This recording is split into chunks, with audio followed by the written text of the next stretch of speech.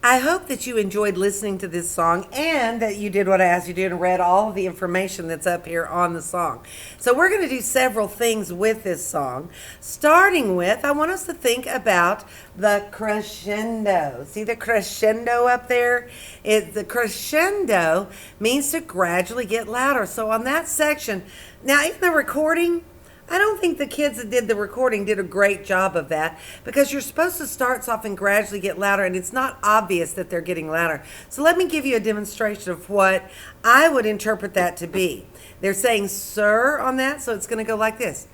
Sir, sir, sir, sir, sir, sir. Do you notice how I got louder? Let me do it one more time. Sir, sir, sir, sir, sir, sir. I didn't do it all at once. I didn't go, sir, sir, sir, sir. Okay. I gradually got louder, and that's a crescendo. And if you wanted to gradually get softer in a song, you would call it a decrescendo. All right, so that's the first thing I want to cover in the song. The second thing I want us to think about is what the song was about, the sheep shearing. They clipped them. They clipped all their fur off. Now, they're not going to do that, when it's like, 30 degrees outside. They do it, or they have a place for them to shelter while their fur grows back because their wool does grow back.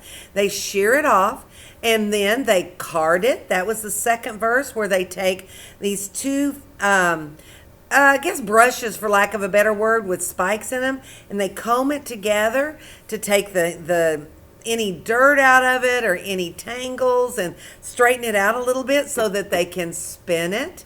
When they spin it out into yarn so that they can knit things and make things. And then they dye it. The fourth verse talked about dyeing it whatever color they wanted to. So that's the social aspect of what we're doing with this. So now I want us to think about the meter of the song. Now, to think about the meter, I'm going to turn it back on so as to listen to. I want you to listen for the strong beats. Strong. And the weak beats. Weak, weak, strong. Weak, weak, strong. Weak, weak. Okay? Think about that while I turn the music on. So, I have to go over here because if I try to do it on the big screen, it doesn't work. Y'all haven't seen me fight with that here in the classroom a lot. But I want to turn it on and let you listen to it and find the strong and the weak beats.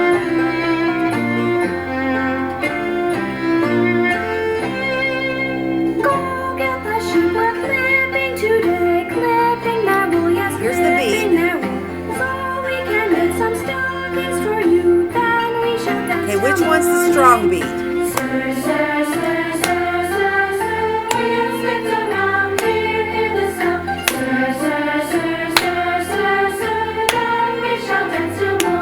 Okay, how many beats are in between each one of the strong beats? Let's count them.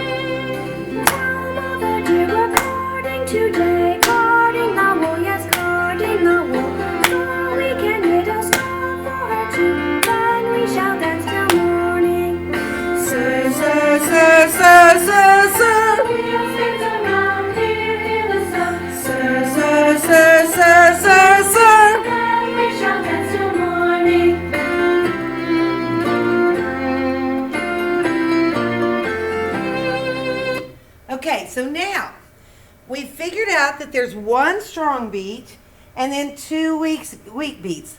What's 1 plus 2?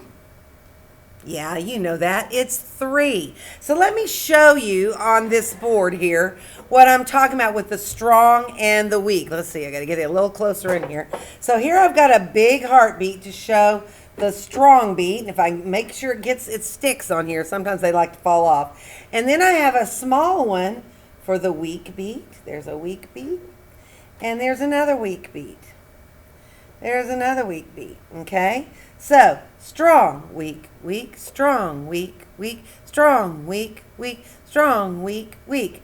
Okay? So that is the meter of the song. That's how it's arranged. So in every measure, there are 3 beats. So that's the meter of 3. They're doing something else with the meter that we couldn't do here in the music room because we can't do partner activities in the music room yet. Not yet this year. When the COVID kind of calms down a little bit, maybe they'll let us do some things like this. But you might could find a brother or sister, or mom or dad, somebody at your house that would do this with you. And what they're showing here is you pat on the first beat, you clap on the second beat, then you pat your partner's hand on the third beat. So it's 1, 2, 3, 1, 2, 3, 1, 2, 3, 1, 2, 3.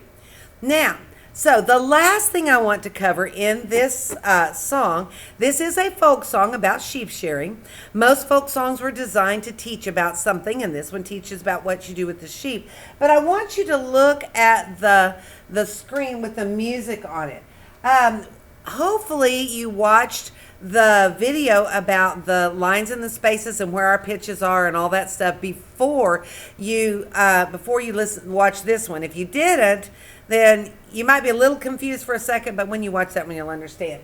This one the song starts on so, and it goes so, mi, so, mi, do. Okay, that's the first phrase. Now let's skip down to the third phrase, and it does that again. So, mi, do, so, mi, do. So you've got that phrase that's exactly the same with the pitches. Lots of folk songs are arranged like that. So I want you to remember that for our next folk song, okay? So the first one and the third one are exactly the same, and the second one and the fourth one are different. So I want you to remember that as we work on another folk song in just a little while. Thank you.